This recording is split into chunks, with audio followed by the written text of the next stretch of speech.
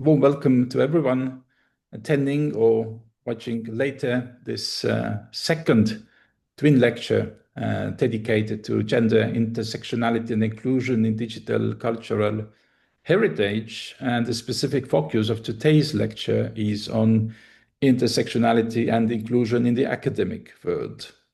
This series of twin lectures is organized by the University of Turku within the framework of the Twinning DIGHT-Net project.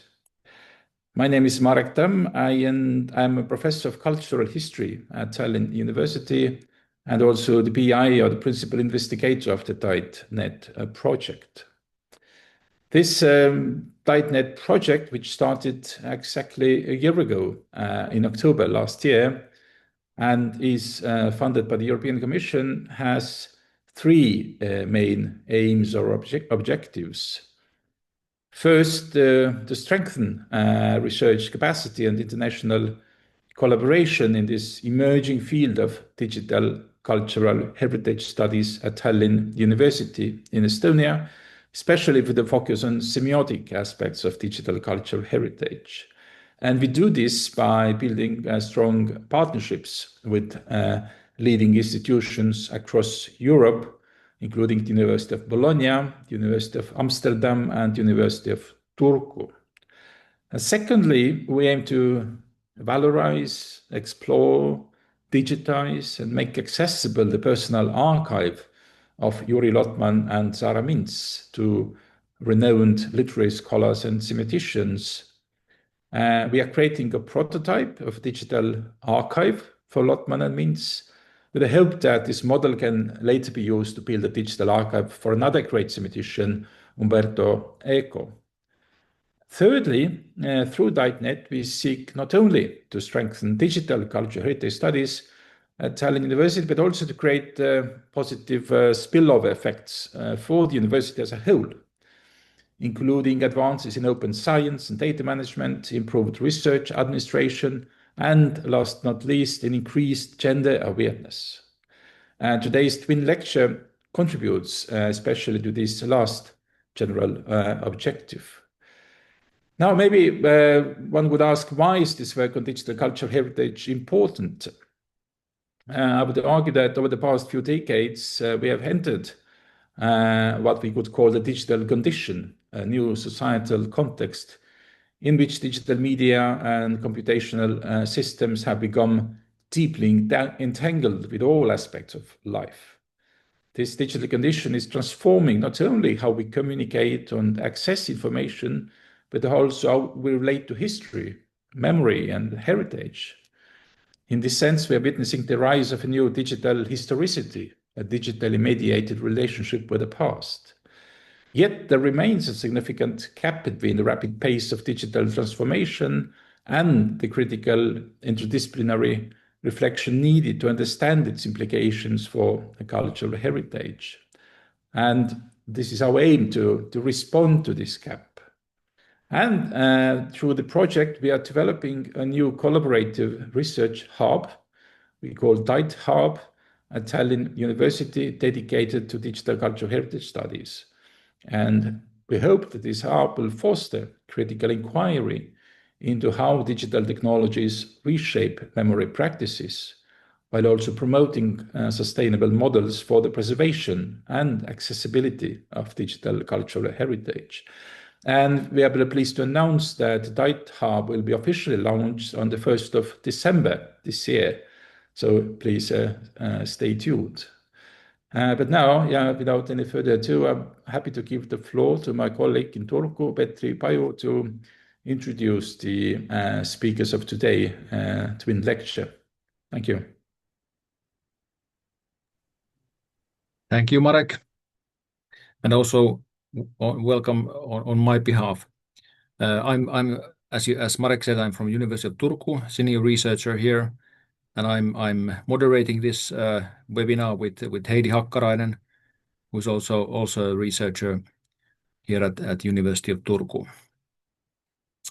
And our first speaker is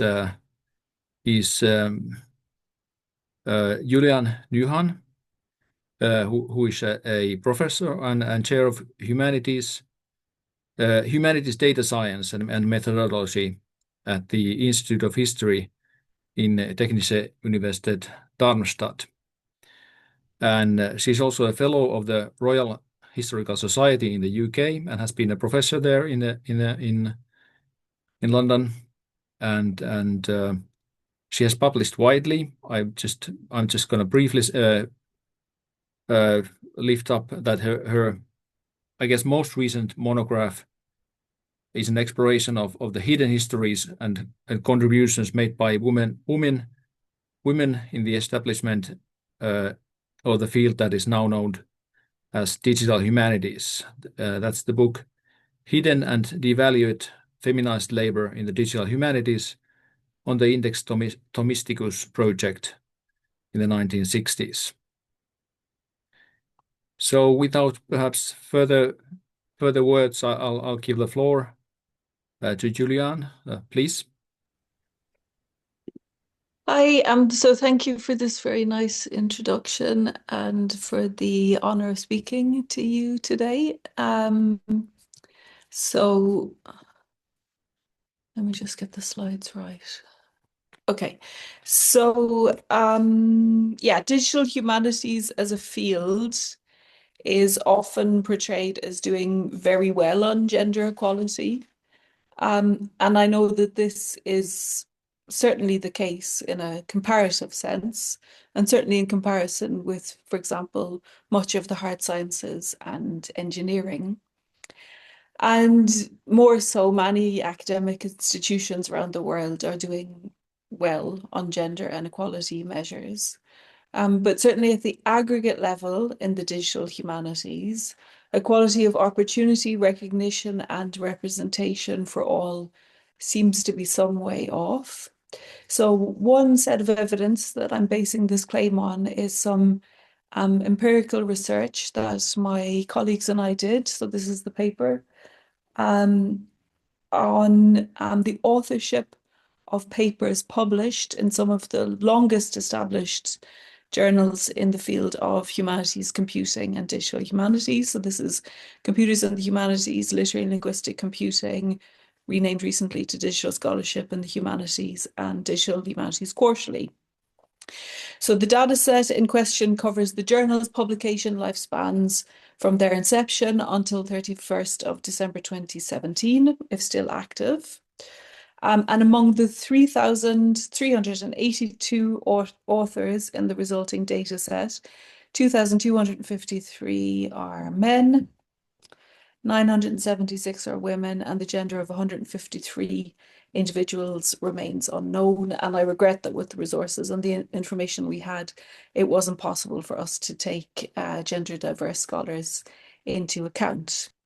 But of this cohort, so though women are a distinct minority, the top two most productive scholars are women. The top two most central and connected scholarships in terms of being bridges in network constellations are also women. The male skewed distribution of the field has been gradually changing over the last 52 years.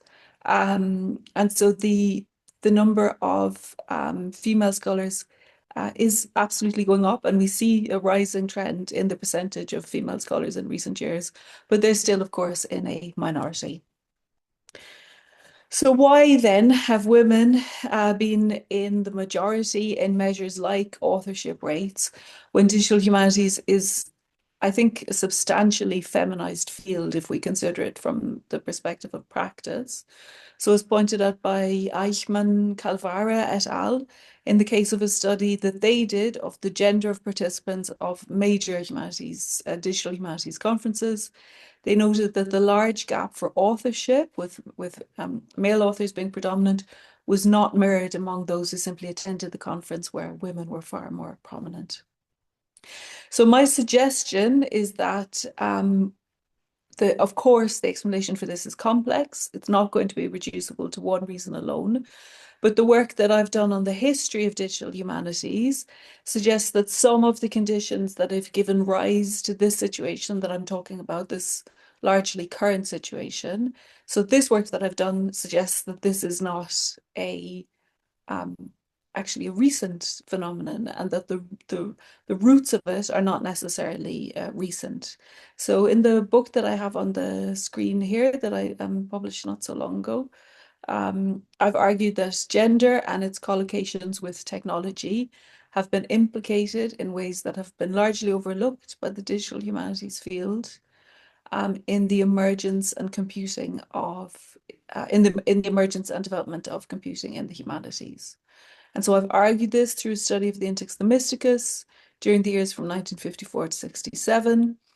And in that study, I find that gender and technology were directly implicated in hierarchies of labor, esteem, and knowledge production that really shaped the formative years of this project. And it's this project that's so often seen as being the foundational project of digital humanities.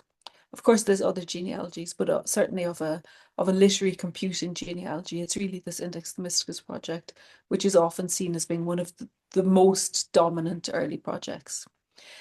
So what I want to briefly argue is that by understanding this history of the field of digital humanities better, we might be better able to confront the presentness of the past, instead of more often, I think, as happens, reflecting on how revolutionary and exceptionalist digital humanities is. And in the closing section of my talk, I will reflect on some of the questions that are raised by this case study that remain relevant today and that may offer ways of bringing gender inequality and devalued labour in the digital humanities and the academy into better view. Okay, so some context for the points that I want to make. So for the Roberto Busa, who lived from 1913 to 2011, was responsible for the Index Themysticus, which is we can think of it as a kind of keyword in context binding age for the writings of St. Thomas Aquinas, probably the most famous medieval theologian. So, as I said, often cited as a foundational project in the digital humanities, the Index Themysticus is typically celebrated for its pioneering use of automation and for how unusual it genuinely was in using computers to process large amounts of text rather than numbers. So Busa's contributions are significant, they've been widely praised, and they should be widely praised. However, he's often depicted, and he often, not always, but he did often also depict himself not as part of a team, but as a lone scholar working independently. So the oral histories that I have, and in places where he did, so as you see in this slide, in places where he did acknowledge collaborators, it was the people in Gallerate in his hometown, the industrialists there who'd helped to fund the project, or it was people in IBM, or it was members of the Catholic Church. It was almost invariably powerful white males who were acknowledged. So the oral histories and archival research I've conducted with a female technical staff, who you see here in the photo, which is from Busa's lab in Gallerate, so those oral histories revealed a much more complex picture of the Index Themysticus than this narrative of the lone scholar. So the women who you see here, and many others who are not photoed, were responsible for encoding the pre-edited texts of Aquinas and related authors onto punched cards, the main information storage and processing technology of the late 19th century, and a substantial part of the 20th century. And they did this using electromechanical IBM accounting machines. And so in doing so, they completed the essential groundwork for the project, over which Busa would claim and would be given sole authorship. And they also supported Busa's, so Busa had a, let's call it an operation called CAL, which did other humanities computing projects. And so they also supported other multilingual text projects, working in both academic and in profit service capacities. So their task was far from routine. They key punched alphanumeric texts that included special characters not easily encoded at the time, They've verified millions and millions of words that they output on punch cards, either by sight or with IBM verifying machines. Some took on significant responsibilities in the training, management, and pastoral care of other staff. Yet despite their evident expertise in training, oversight, and technical work, they were not permitted to hold senior roles that were also formalized as such within the Index Themysticus. And it must be noted that this was the norm in the wider international world of key punching too. Women, it seems, could hold those roles but not be recognized or paid for them. Some expressed interest in advancing beyond operator roles, but they were obstructed, the archival material shows. And in one of the oral history interviews I conducted in relation to the sidelining of a female manager, the interviewee reflected. And so in short, I would say that this was the negative part, that Father Busa would have preferred a man in charge. So there's evidence that at least one key punch operator contributed to devising the custom key combinations used to represent the Index Themysticus special characters and symbols on punch cards. And in other humanities computing projects at the time, this actually was acknowledged as a significant contribution and mentioned in publications like Dyer 1968 and Wright 1972. One operator also liaised with external clients that Busa engaged. She coordinated key punching work that was contracted by universities, research centers, by government agencies, including in America. And in this way, the operators labor not only the Index Themysticus itself to come about by laying the data foundation of this work, but it also appears to have generated revenue for Busa's wider operation. So their work demanded intense skill, concentration, attention to detail, manual dexterity, including memorization of complex multi-key sequences. It must also have required the stamina to carry out what were, in the end, repetitive, tedious, and ill-contextualized tasks daily. Mental resilience must also have been essential in an environment where, according to Busa's own accounts, it was mistakes that were documented and discussed, not achievements. But despite all of this, despite the clear value of their work, their contributions were largely invisible to the wider academic community. And when they did come into view, they were dismissed as low skill and low value. But without this foundational work, the Index Themysticus, it would not and could not have existed. So here you see, this is a close-up of this annotated page of the writings of Aquinas. So this would have been annotated by the scientific staff, and it was then given to the key punch operators, who then encoded the information onto cards. So as I said, without their work, there would have been no text to transform, to count, to run statistical analyses of, to ultimately end up on CD-ROMs and on the web and so on. So how and why did their devaluation occur? So the answer is complex. It involved both, I think, deliberate and unconscious individual and collective mechanisms, structures, and of course, local occurrences. And what follows are briefly a couple of, not all, but a couple of key issues that I think that can help to explain this erasure, and that we would do well to pay attention to. So the first point that I want to make is that what is, I'll return to this publication in a second. So the first point that what I want to make is what is counted as work is or was contested and contingent. So definitions of work and labor are context dependent, and they're shaped by social, cultural, and ideological dynamics.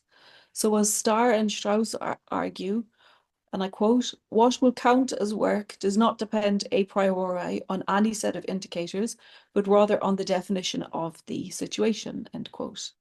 And they continue, and I'm paraphrasing now, that several factors can contribute to the denial or to the devaluation of work. And they include power and status imbalances between employers and employees, where the outcomes of labour are visible, but the workers themselves are treated as non-persons, largely like the key punch operators. Operations like nursing, for example, where workers are visible, but their labour is often not.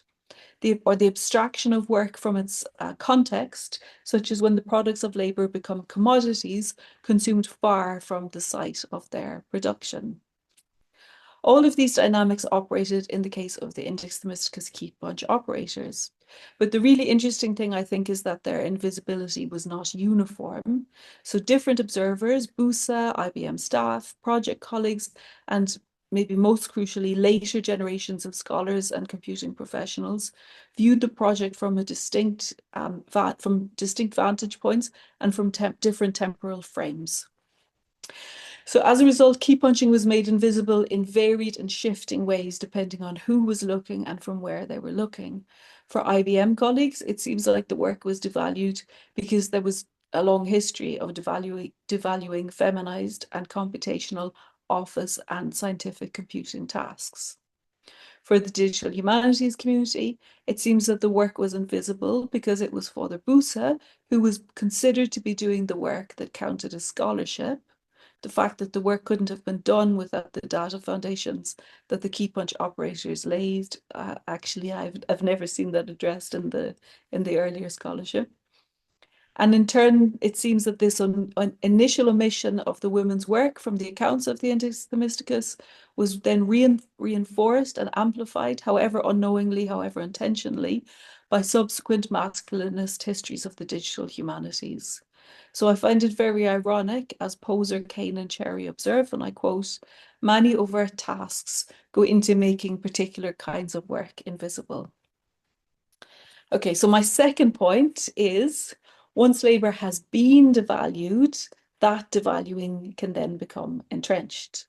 So the devaluing and the act of making the key punch operators work largely invisible was not unique, and it didn't come out of nowhere.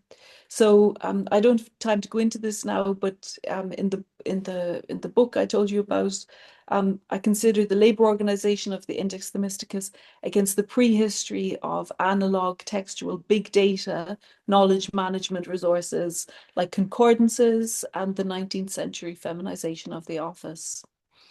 So into this longer trajectory, we can see that class and gender issues played out in relation to information resources and information technology, where it was usually women and lower class men, so lower class in, let's say, a scholarly sense, whose work, but also economic sense, whose work tended to be devalued by those scholars such as Busa, who stood to gain from framing their work as existing outside of the usual economy of esteem and prestige markers of academia. In the period I looked at, we were in a stage where the work of text capture and data encoding, such as the key punch operators did, was highly feminized, but of course a gender flip is going to follow not so soon afterwards in the history of computing.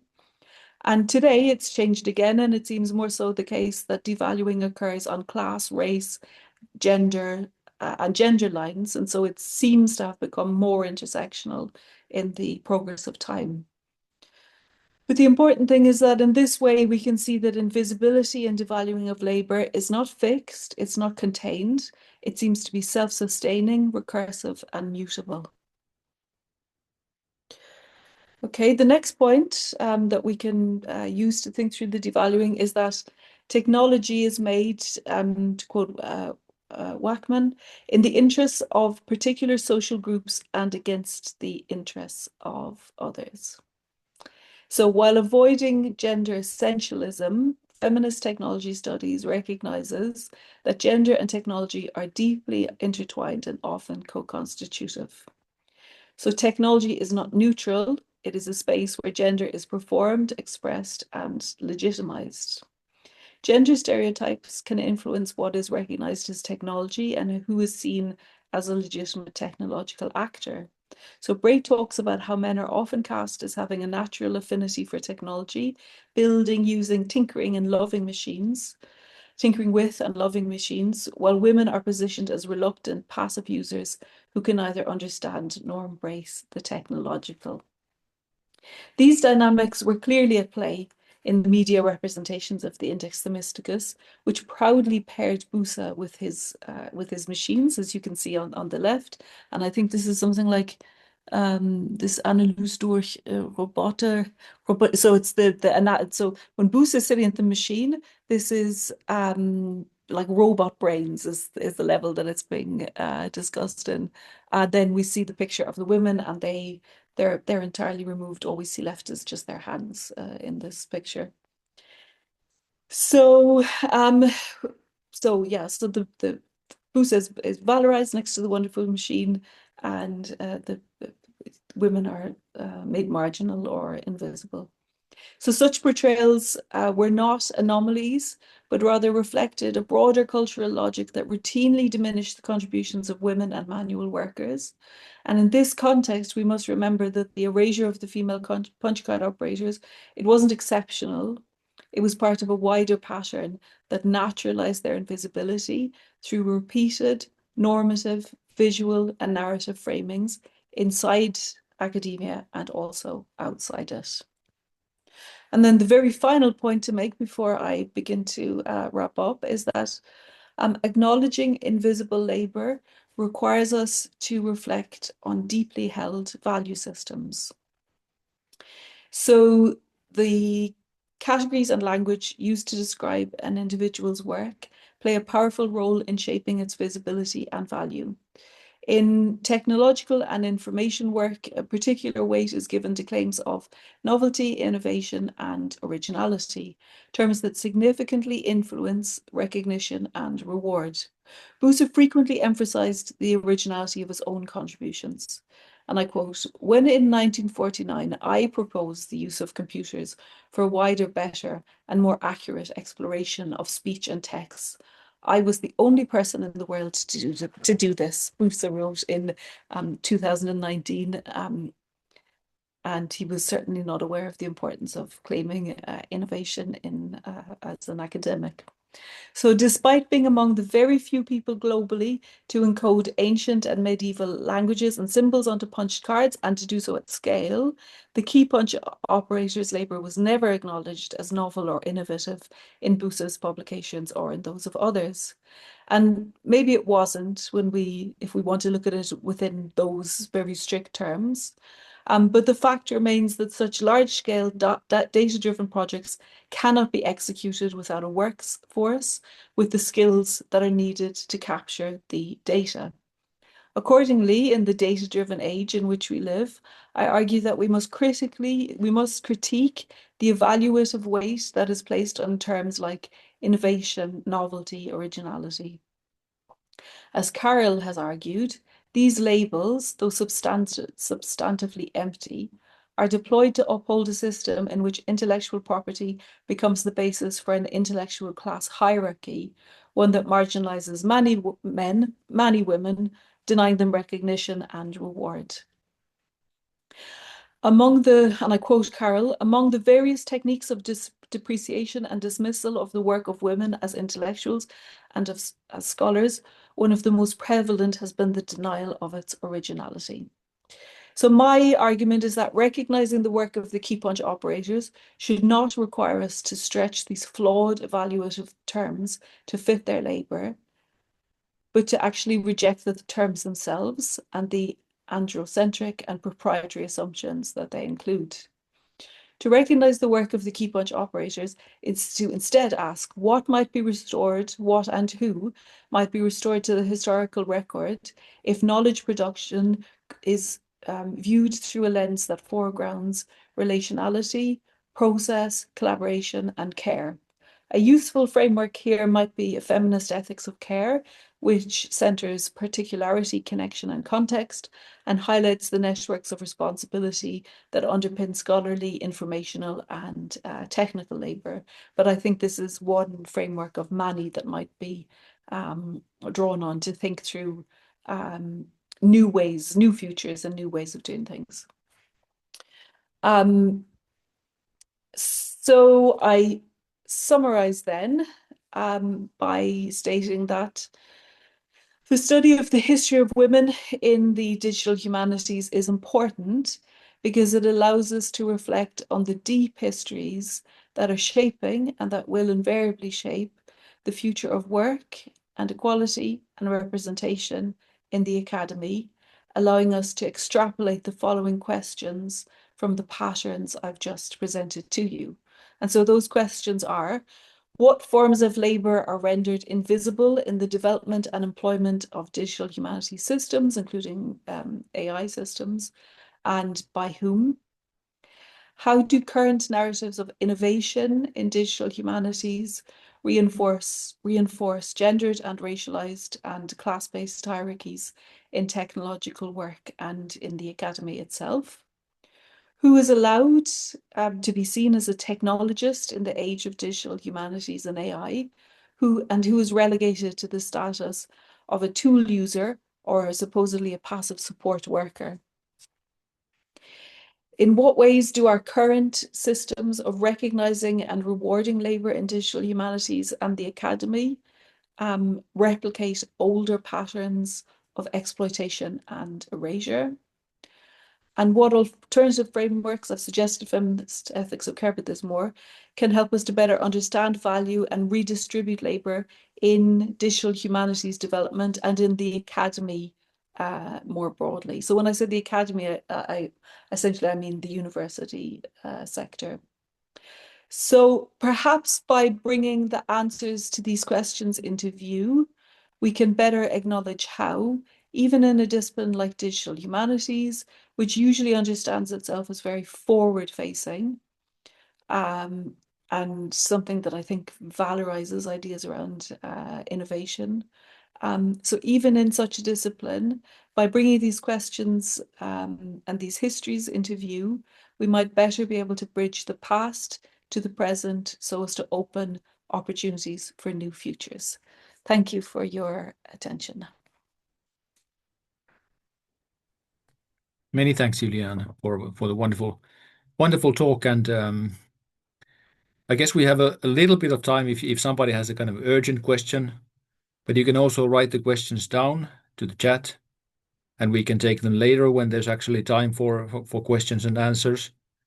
Because now we have scheduled a mini break, so as to kind of keep us in shape. And so unless there's a kind of urgent question, then let's take that small break, 5 minutes, and come back after that to Francesco and Cristina.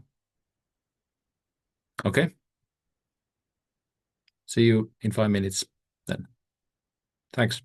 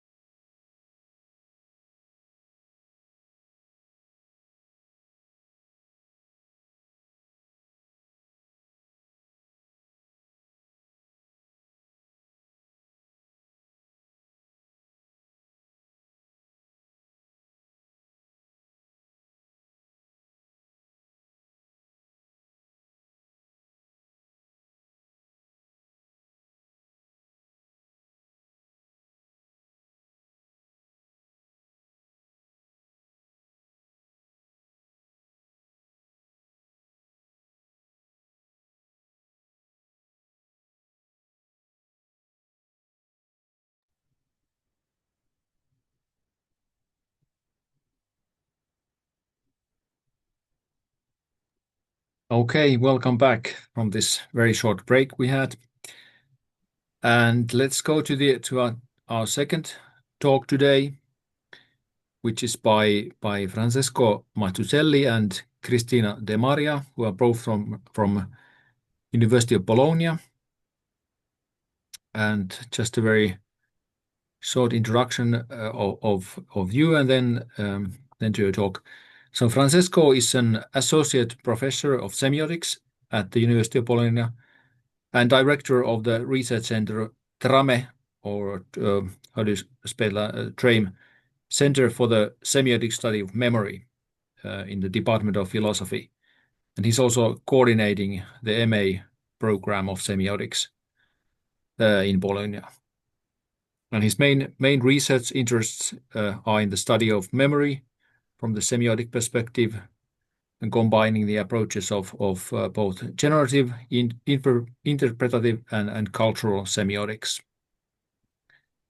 And then Cristina Demaria is currently she's a professor of semiotics at the Department of Arts and teaches gender studies, semiotics of conflict, and semiotics of and social sciences. And she's currently the rector's delegate for equity, diversity, and inclusion of Alma Mater, so the University of Bologna. So that's very appropriate also here. And she has worked extensively on cultural and media representations of gender and intersectionality, genres of testimony, post-conflict representation, and the reconstruction of collective and cultural memories. And she's authored 4 monographs and more than 100 articles and other publications, and also been a visiting professor in many universities and institutions. And she's currently working on a book on women and political violence, images and voices of victims and perpetrators, that will be published early next year. I guess it's. I hope this is correct. Yeah. And your topic, shared topic today is called Best Practices of Inclusive Academic Institutions, Experiences of Bologna. So please, Francesco and Cristina. Thank you, Petri. Thank you very much for this kind presentation. Thank you also, Julianne, for your wonderful presentation. Very interesting. I hope there will be time to discuss. Today, I'm going to share our presentation. Can you see the screen? I'm going to go to... okay. Can you see now? Perfect. Yes, we see.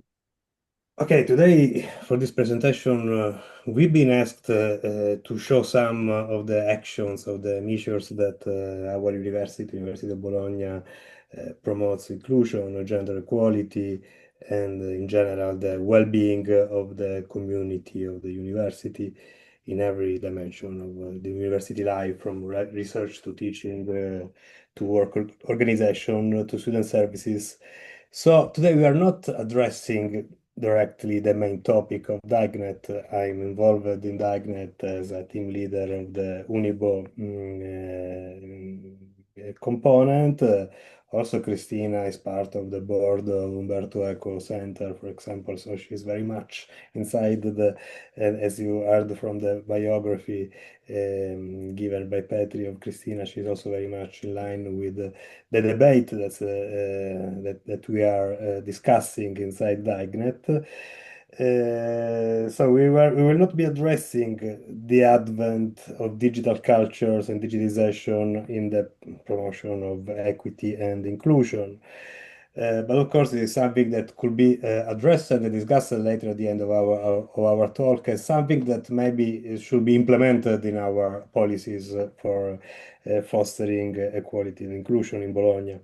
We know, I agree what Julianne said before, that digital technology is not neutral, can both reproduce inequality or or help to give visibility to every voice, to every subjectivities. So digital itself, it's not a solution, I would say.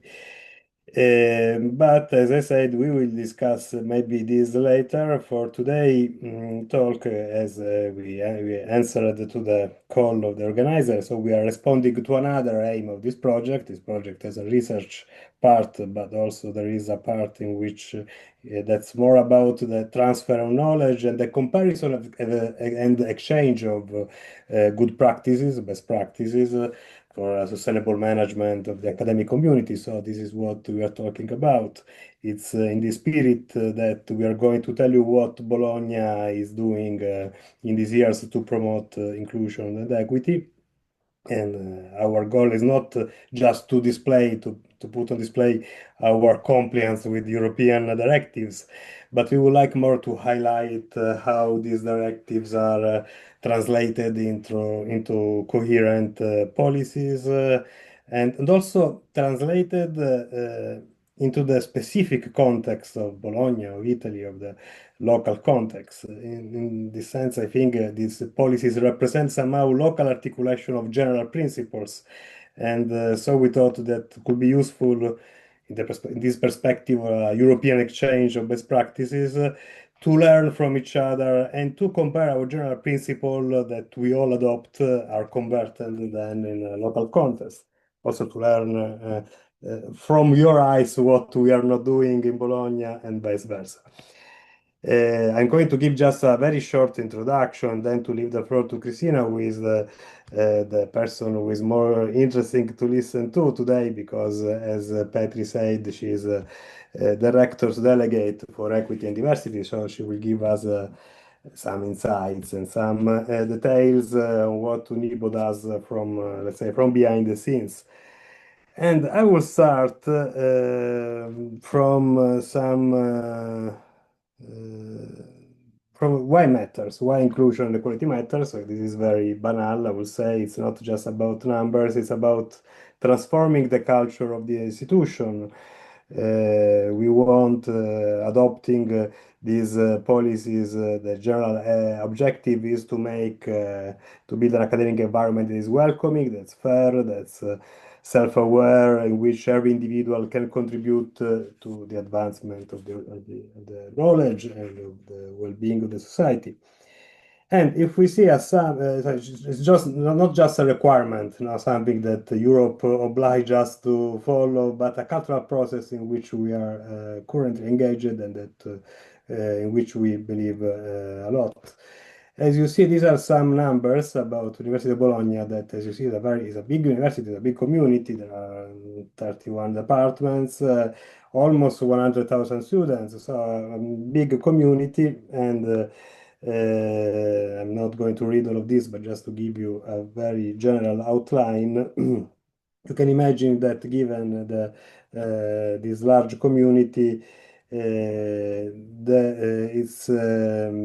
need a governance structure which is adequate, which is effective to promote these values of equity, diversity, and inclusion. And in Bologna, the governance of inclusion and equity is coordinated through a multi-level structure. There is the rector and the delegate of the rector, who is Cristina, Professor Cristina Demaria, delegate for equity, diversity, and inclusion, which is a new appointment. We have this delegate, this institutional figure since 2021.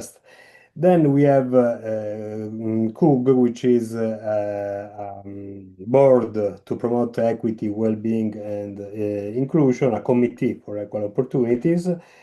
And then there are all the other related university areas and structure, human resources, teaching, student services. All of these, of course, are somehow touched by the problems that are monitored and evaluated by CUG and by the delegate.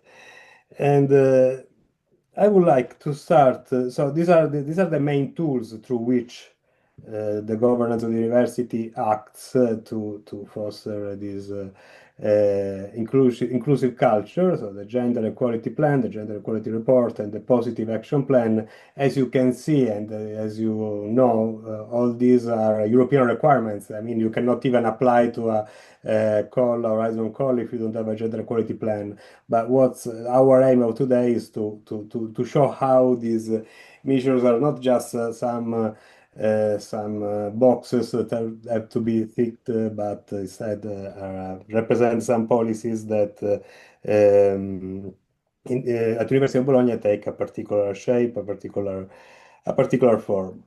I would like to start from some figures to see some key data from the last gender equality report, in which maybe from this graph is more clear. This effect is even more visible. There is women presence decreases from student and doctoral roles to academic position, which is, let's say, a pattern that's widespread in Europe still. But that's very visible still here the University in Bologna. There is this gender pyramid that narrows at the top. It's a normal pattern. So we have 57% of students that are women, but just 31% of women are full professors. Not 31, but yes, we can see this in this other slide. So we notice a very a small improvement in the glass ceiling index. There is a small improvement from 1.43 to 1.31. There is women still represent the majority in the technical administrative staff. So there are still persistent effect of horizontal and vertical segregation. No? There are structural inequalities that persist, even if there are some slow improvements. Before giving the floor, this is just a picture of what the situation is today in Bologna. Of course, this report is a tool that's part of the performance report and of the positive action plan, in which these data are evaluated by the delegate and by this committee and implemented in the gender equality plan and in other action that affect these different areas: work-life balance, gender balance in leadership and decision making, gender dimension in research and teaching, recruitment and career progression, and preventing and addressing gender-based violence. So you see, this is just like the general picture, and in which nothing different from all the other university is visible, because more or less it looks like we are just complying to European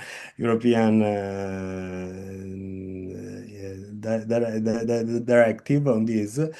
But Cristina will now show us how some specific and concrete action are undertaken by University of Bologna to implement this principle in a everyday culture that inspires our community.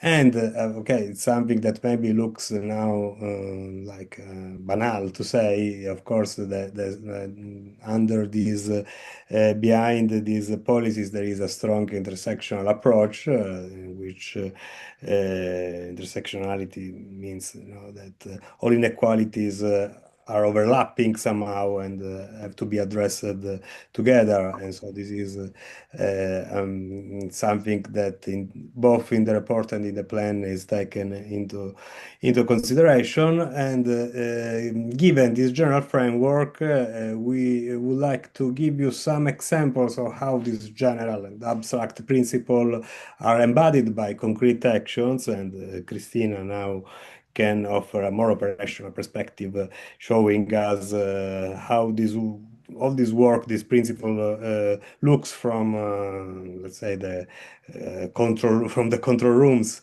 of the governance of the university. Cristina, I hand over to you. I leave the floor to you to give us some examples of what Bologna is doing in this general framework of promoting equity and inclusion and diversity. inclusion and diversity. It's the same words.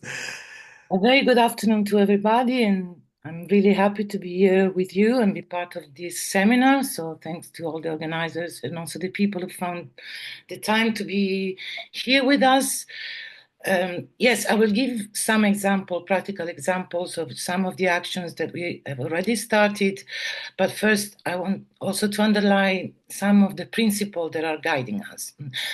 And it's not easy in general, because to quote Julianne before, what we are fighting against is a deeply held value systems. So it's not so easy to change the culture of an organization like the academia and also the University of Bologna, that, as you saw before, is a very huge community spread in 5 different campuses in 5 different places. So it's also very difficult sometimes to reach all the components. Francesco already mentioned that it's a relatively new appointments. Before my appointment, there were 3 other people that were working, one on equal opportunities, another one on disabilities, and another one on interculturality. So the idea of my appointment was, in the first place, an intersectional one, to put together different expertise, but also to see their intertwinement of the difference and vulnerabilities of different people. The Cook has been already mentioned. I'll just maybe add that this Guarantee Committee for Equal Opportunities, Employee Wellbeing and Non-Discrimination at Work is an institution, is a committee that all the public institutions in Italy are required to have. So we have also this kind of institution that creates a positive action plan every year, and is also responsible for the writing of the gender report and gender budgeting that Francesco was commenting a few tables before. One thing that is not written here is that I work also a lot within gender and diversity group of European University Alliances. At the moment, I'm in Madrid, because there is the meeting of Una Europa, which is the alliance where the University of Bologna plays a part. We are 11 universities, and in all of these alliances, for example, in Una Europa, there is a diversity group or a gender and diversity group. So we were here in these days discussing and comparing best practices, or let's say, maybe not best, but good practices. And Bologna is also part, I mention it because there are people from Turku universities, is also part of Coimbra group. There is a group of universities that are the oldest, amongst the oldest university in Europe, where there's a gender and diversity group that is also very active. So maybe in Turku you can check and speak with the person that is part of this group. But before giving concrete examples, I wanted to go back to the principle. I wanted to go back to the strategic plan. If we can go to the next slide, Francesco, please. No, the one after that. Because, of course, we have all these plans. And as Francesco was saying, the gender equality plan is something compulsory. But then you have to be accountable. You cannot just list a lot of actions or goals. And then how do you prove? How do you actually try to do something? And we wrote a strategic plan already in 2022 and 2000 that will go until the end of the mandate of the rector, until 2027, where there are so-called indicators. We listed a series of goals, and many of those are the same ones that you find in the gender equality plan, and we are accountable for that. We have to prove. So this is important, because it's not just about trying to change a culture, but you change a culture through also indicators and through actual actions that are try to be implemented. But what guides us is a principle that I want to underline, because I'm kind of proud of this principle, because it's written in one of the pillars that underline our strategic plan, the principle 4, that is that says that Alma Mater Studiorum undertakes to facilitate the enforcement of the principle of equity, sustainability, inclusion, but also says by implementing this principle, our university shall not only continuously respect all long-standing rights, but is also fully committed to opening up to dialogue and to promoting new rights that our increasingly complex society calls for by acknowledging and further enhancing them. And I think this is a time we have to say it again and again. There are the long-standing rights that are also at risk nowadays, and we started to try to promote new rights that are even more at risk nowadays, and we all have to try to not only struggle but to fight to continue to have and share the right at the national level but also at a European level. Can we go to the next slide? So when we speak about these principles, these rights, the EDI, equity, diversity, and inclusion principle, we have to think always that they are associated with numerous challenges. And I think that we all have these challenges. First, maybe something that it's banal for us, but it's always very useful to remember, universities do not exist in isolation. And the very definition of merit and of excellence is the product of multidimensional, intersectional, societal, cultural, and institutional power relations. They are there. Sometimes certain policies are not implemented because of the fear of kind of admitting that there are institutional embedded power relations and that we have to do something against that.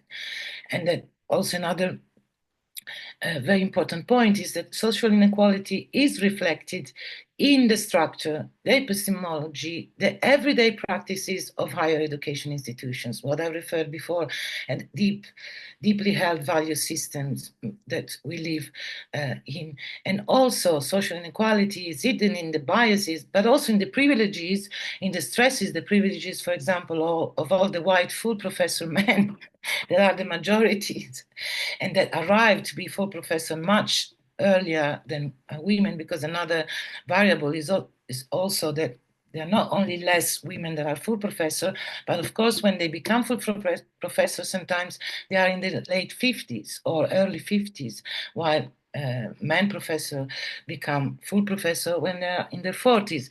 I think you can guess why. So our approach requires both the recognition of differences and vigilance for the power relations associated with these differences. I think I wanted to kind of start by reminding this principle that I think we can all share. Then I move to some concrete example, and maybe we'll go back to each of these practices or to one that you're maybe most interested in. Now, this is just a selection. Now, I will just briefly describe them. Services for all the academic communities, in this case, services that have to do with equal opportunities, but also gender identity in an inclusive perspective. For example, we're quite proud of our alias career service. Since 2021, all the students, but nowadays also the staff, all staff member, can act out the right to self-determination by requesting the activation of what we call an alias career. That is, they can drop their dead name and replace it with a chosen one, with an elected name, and they will have this name written on all the badges, but they can use also the libraries, and recently also the libraries of all the municipality of Bologna, because we wrote a pact with the municipality of Bologna, so they can use their elected identities without the obligation to present medical diagnosis or psychiatric evaluations. And this, for example, when I started, that this opportunity was not there, or there was the opportunity, but you had to present a medical evaluation. There were like around 20 people using these services. Now we have almost 300 people. And some of them come from outside of the region and city of Bologna because of this service. Then we established established several years ago a help desk against gender-based violence, and we wanted to call it gender-based violence and not violence against women, if we are very much aware that women are most of the time the victims of violence. And it's a service that offers a protected environment for counseling and providing support for all forms of gender-based violence that occur both within and outside the university by partners, family members, acquaintances, but also from unknown people. And it's in a university help desk, but is managed by a third party, by the women's refugee in Bologna. And this, of course, is also important because sometimes people don't want to complain because they are afraid to complain against people that maybe will evaluate them, or that are maybe they are in a power relationship with these people. So this is not the case. And also we established a specific help desk, an anti-discrimination help desk, to support people that may have suffered from all forms of discrimination related to sexual orientation and gender identity. In order to promote these services, but not only also to promote a culture that is against a zero tolerance against any forms of violence and discrimination, we started a communication campaign, and we organized numerous training programs for students, for staff, also for professional staff. It's a bit more difficult to organize training for lecturer and for scholar staff, because we don't always, or some of the people don't always want to be taught what to think and how to act. And also we are in the process of revising with students' representatives our code of conduct against moral and sexual harassment. Now I very briefly show you, if you can go forward, please, Francesco. This is the communication campaign. We use also social media, but in this case we wanted to kind of go back to paper. So we distributed, we spread out posters and postcards all over all the campuses of the University of Bologna, and these were the texts. And it helped. There were more people that contacted our help desk. You see the kind of communication strategy that we used. We also started a visual identity. All the event and communication campaign used the same kind of colors and visual imaging. We decided also not to use pictures in order also not to aestheticize the image of the victims of violence, as it used to be the case sometimes in other campaigns against gender-based violence. You can go forward. You can go forward. Okay. Those were two examples of actual practice for all the university communities having to do especially with gender identities, equal opportunities, and gender-based violence. We have a specific and particular focus on students, and in all these services and opportunities for students, we aim at guaranteeing equity and inclusion with action based on a sort of what is called the tailor-made approach, like each person, and this is also the meaning of equity compared to equality. It's a tailor-made approach. Every person has specific needs. So we have to answer to his or her specific needs. For example, we have a service for students with disabilities and students with learning disorders, and nowadays they are increasing, especially nowadays there are the so-called special needs that are not learning disorders, but are maybe psychological fragilities that are increasing very much recently, especially against very young students, and that is a problem. We have other dedicated vocational services. One of the one I wanted to mention is we called it Passo Passo, that in Italian means step by step. That is a project that supports students with delayed or interrupted careers by focusing on some of the reasons or the causes that are often related to the diversity issues, class, ethnicity, mental health issue behind their situation. We contact them, and if they want, of course, we put them in contact with our psychologists, with our counseling. We help them with taxes if it's a money problem, etc.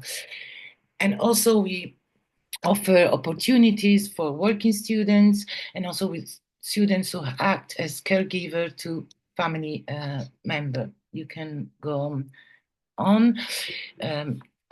I don't personally follow closely these policies. It's more the Rector for Internationalization, but I've been part of the committee, for example, that gave study grants for students from the Gaza Strip, and we adhere to Scholar at Risk that as a section also in Italy, and we work also with the municipality of Bologna in order to promote actions for refugees, even if nowadays I'm told that the word refugees probably is not adopted, should not be adopted any longer, and we should speak about displaced people.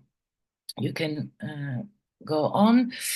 And then very, very shortly, few action, and then I stop because I see that it's already almost 2:15, just few more minutes, and then if there is time in the discussion, I can go back. We just finished writing our new gender equality plan. We are at our third edition of a gender equality plan. We've been one of the first Italian university to write a gender equality plan. All the different areas have been already introduced by Francesco. So I mentioned some of the actions that we are already trying to implement, or that we'll try to implement in the next 2 years. As for the area that has to do with work-life balance, but also challenging stereotypes, we have measures for employees who are parents to promote an equal sharing of parenting and family care responsibilities. Father that newborn children can take a leave, but of course, many more times it's the female part of the couple that ask for this leave. So we try to promote also to new fathers these possibilities, so that there's more equity. We have orientation project for the employability of students with disabilities and also learning disorders. We try to consolidate the Passo Passo project that I just mentioned. And also we try to promote equal access to all degree programs, the STEM programs. Before we were speaking about the stereotype, and not only the stereotype, but the relationship between gender and technology. We're trying to work also with not only with women that could enroll in STEM programs, but also with young males or subjects that could enroll in education studies, because we have another segregation also there. There are no more young men that, for example, study to be a social worker or study to be teachers. So there is a big imbalance also in that respect, thinking about the care or who works for caring for other people. So we launched also on social media the Breaking the Stereotype communication campaign. For the area that has to do with gender equality in recruiting and career advancement, we are working with invisible disabilities, but also on issues regarding aging in the workplace, which is another big problem. So we have seminars, we organize seminars of that. We have created a work group on child penalties. I mentioned before why there are so little women that become a full professor when they're young, of course, because there are child penalties. And with this, we are also trying to work with the university research evaluation, and in order to try to account for parental leave taken by staff that have to write less papers or to have less publications if they had a maternal or parental leave in general. We are trying also to work on gender mainstreaming in research. We are starting a trial regarding the measurement of gender equity and intersectionality in publication.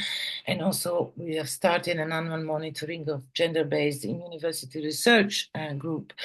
And we continue to try to combat gender-based violence, including sexual harassment, with training and awareness-raising activities, also aimed at the professional staff, as I said before, and we'll try also to work with our colleagues, as I was said before, are not very inclined to come to this kind of seminars. I don't think I have time, but you tell me, because it's already 2:15 to speak about opportunities, difficulties, and challenges.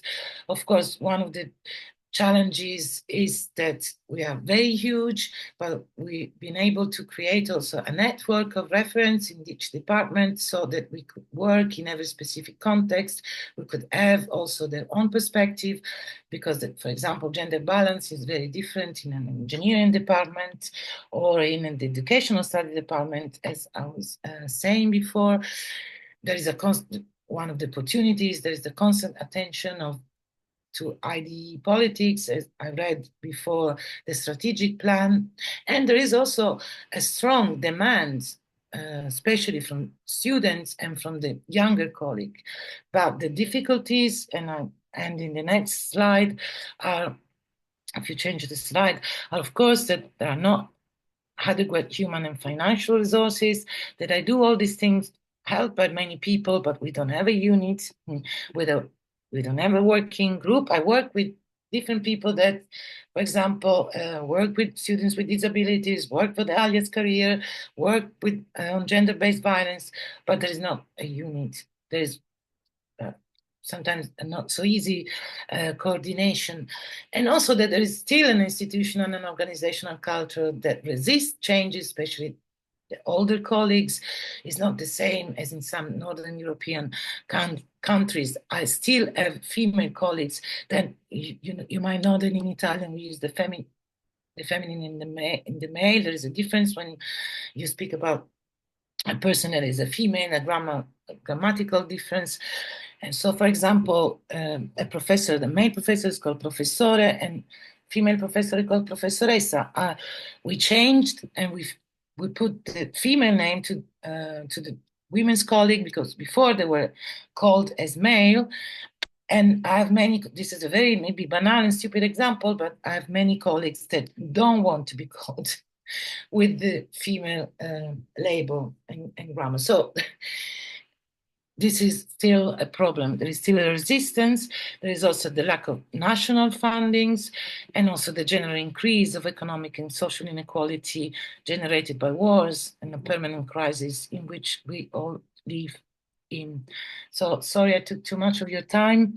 I thank you for listening. I hope you understood some of the actions that we are trying to do in Bologna. All these documents are online, by the way, and translated in English, so you can consult them.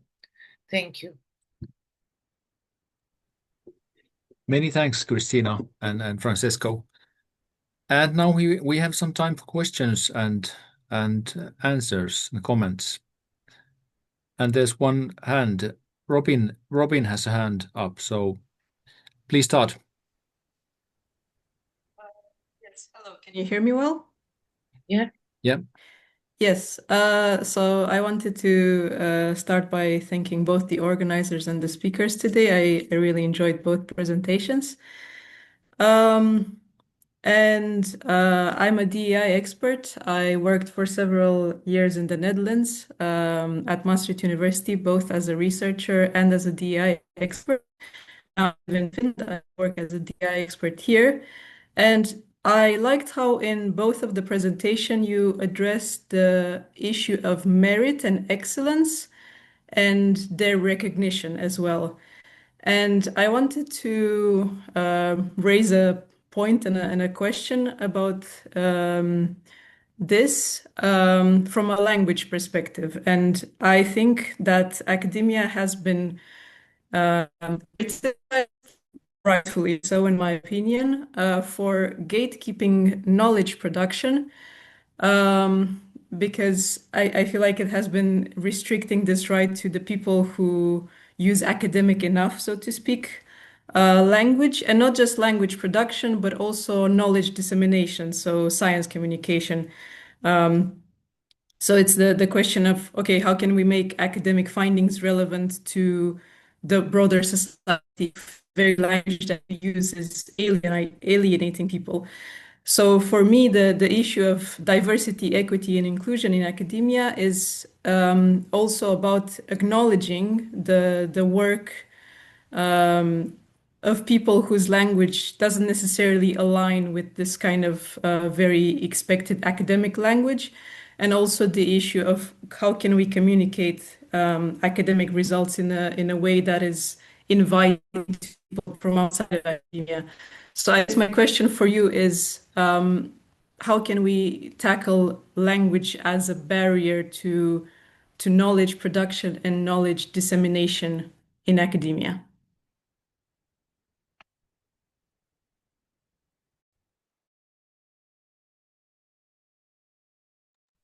Who is supposed to answer? Answer now, or are we collecting questions? No, it's a great question, but we should do 4 or 5 seminars. Yes. Please kind of try to keep it very short. Yes. No, it's very important, but I don't know. We want to collect the questions. No, let's just answer I questions can shortly. very quickly say something. You are posing a very important question. Both the question of the outreach of our research, of our knowledge production, how do we reach audiences that are outside academia, and what languages are we speaking in academia? Because of course, languages are always evolving. Many of us are semioticians, so that's what we do for our day, for our living, and we study this way. So we know that there is an evolution in language. We are acknowledging that languages are evolving on their own, and so it's not just a matter of diversity and inclusion, but diversity and inclusion is something that has to be taken into account when looking at the variety of languages that are spoken in academia today. And how this is affecting the production of knowledge is something that is still not investigated enough, because the universities are conservative in their structure. Our models of production of knowledge are conservative, while more space should be given to initiatives that let us experiment also in engaging with other audiences. And this is changing, actually. We see also in the project we are doing with Marek, this is changing, and the participatory activities are now included everywhere, even because, like I was saying, a bit mocking the European language, which is another language, no? that we have to speak in order to make everyone happy. But how do we escape the rhetoric of this, and we really do implement this variety and this experimenting, this possibility of experimenting with new languages in the university? So you're posing a great question. It's something that should be pursued, I think. No, absolutely. I think that in the last maybe 10 years, we don't speak any longer about the so-called third mission of university. That would be that of disseminating the knowledge outside the so-called ivory tower, but we speak about public engagement and social engagement. At least we know that there is a problem, and we, for example, try to think more and more about the language we use and how, without losing also the goal of developing a critical thinking, because otherwise, what does it mean to? It doesn't have to do with simplification, I think, or maybe a certain kind of simplification, but at the same time, otherwise we just go back to a very polarized and labeled kind of discourse, I think. So we have more and more seminars, especially on these topics, where there are not only academics participating, where there is like an actual dialogue or attempt of translation in the deep sense of the term translation. And so I think that at least there is the awareness that there is this problem and that we have to engage in a different way. But I think we don't have to lose also the idea of trying to disseminate a complexity that is not just complexity in itself, but that it just respects, as I was trying to say before, all the differences and doesn't put everything together. But of course, as I said, thanks again for the question, is we should really think more about that. Okay, Marek. Yeah, first, many thanks for your talks. And actually, my first question was to Julianne, but she had to leave the room. Yeah. Maybe just to mention that I was wondering to what extent, in order to understand the Pusa case, we should take into account also the religious framework. And he was what all a Jesuit priest, and this probably had an impact on his understanding of the woman's role in the academic life. But then, yeah, I had another question to Cristina and to Francesco. I was, of course, very positively impressed by all the activities you carry out in Bologna, and this is definitely a good example also to us to follow. But I was wondering, how do you cope with the resistance, with negative reactions? And of course, you had less time to address all the challenging at the end of your talk. But I can imagine that definitely there are people in the academia who are not that keen about all these new methods and programs and help desks and so on and so forth. Just maybe some even practical tips how to work with those colleagues who believe that this is overemphasized, this is not important, and etc. etc. You continue doing that. Okay. I mean, you don't impose it because it would be negative, or it would be, I don't think it would be productive. There's been a lot of talk and debate. Should we make certain course totally compulsory? Mm-hmm. And what would be the reaction? We prepare, and we are preparing also new toolkits that we will distribute to all the new comers and also to all the students. And so at least that they'll have the tools and the instrument. We continue organizing lectures, seminar, trainings, where we will invite people open to discuss with them, because most of the time it's they that don't want to discuss. They just say, "Oh, who cares?" And so we try to engage them in all the way that are possible, and we continue doing our work. It's very difficult. I think there's certain colleagues. I'm almost 60 years old, so it's not ageism mine because I feel quite old. But some colleagues of my age are a little bit older that grew up in a certain kind of Italy or Italian Catholic culture you were just mentioning before. I don't know if we will ever be able to change them, but the more we do, the more at least they read certain signs, they read a certain kind of language, they learn about certain seminars. We did some seminars on masculinities, for example, and certain power relations in academia have a lot to do with so-called hegemonic masculinities. We continue, but we try to bombard them, and we will never change or transform the whole community. But at least we put the basis, and there is a big change in the new generation. So I think that already in 5, 6 years, yeah, of course, you always find, let's say, anti-woke, which is an horrible term that I don't want, but they use it, anti-woke people. We have to continue doing it, especially nowadays. Keep calm and carry on, as the slogan says. Yeah. Okay, thank you. Yeah. So do we have any other questions? I was wondering myself that how is this? The things going on in the US, are they like affecting you in Bologna in these questions? I mean, are these kind of anti-day thoughts kind of rising, or also in Europe, or are they not? Or what's your impression? Well, more than a situation in the USA, what's affecting our daily life at the university is what's happening in the rest of Europe with the conflicts, with the armed conflicts that are going on. Because for the first time since many years, we are witnessing a new involvement of the student community to express their voice against these wars, and there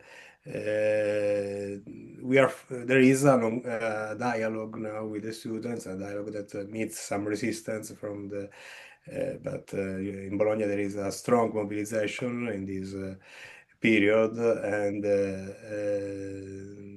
somehow we are crossed our physically our places, our spaces of the university are crossed from by the geopolitical tensions and the violence is characterizing what's happening now in the world. And this is something I think that testifies how complex is the community of the university, not just research and teaching, but really a piece of social life and cultural and life of the society. I don't know what you think, Cristina, about this, but the mobilization of students in these days is amazing. Yeah, true. It's true. But then there are certain politics all over Europe that are making certain things turning certain things at risk. So we have to fight. And at the local level, for EDI topics, we continue doing all the things that I described before. But as I was saying, we have a government that speaks about gender theory, not theories, and demonizing them. So who knows if soon there will be consequences also for us. I hope not. I hope not, but I know, but also the relationship with students nowadays is very central. They started mobilizing again after many years. So it won't happen because we have antibodies that are in our students more than in the teaching stuff. I think the students are remembering us what are some of the priorities today in the current political situation. I don't know if I'm saying something that goes beyond my role at the university, but I really think that's and when we're talking about the situation of Trump, okay, I believe that the university, especially in Italy, still has some antibodies against these repressive policies, because a choice like the one you presented, Cristina, of the government imposing restrictions at the university will be immediately violently opposed I hope. by university. I hope so. But I think that university is still the last, let's say, the last critical and free space in Italy. I hope. Maybe it's more that I hope that I don't know if I'm dreaming about this, but I really see that there is a lot of activity and debate in this moment at the university. Okay, well, that's good to hear, I think.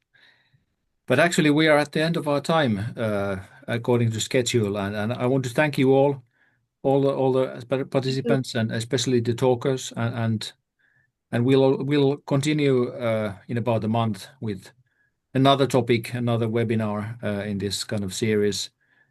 And yes, thank you again, and have a nice weekend all, and see you Thank you. soon. Bye.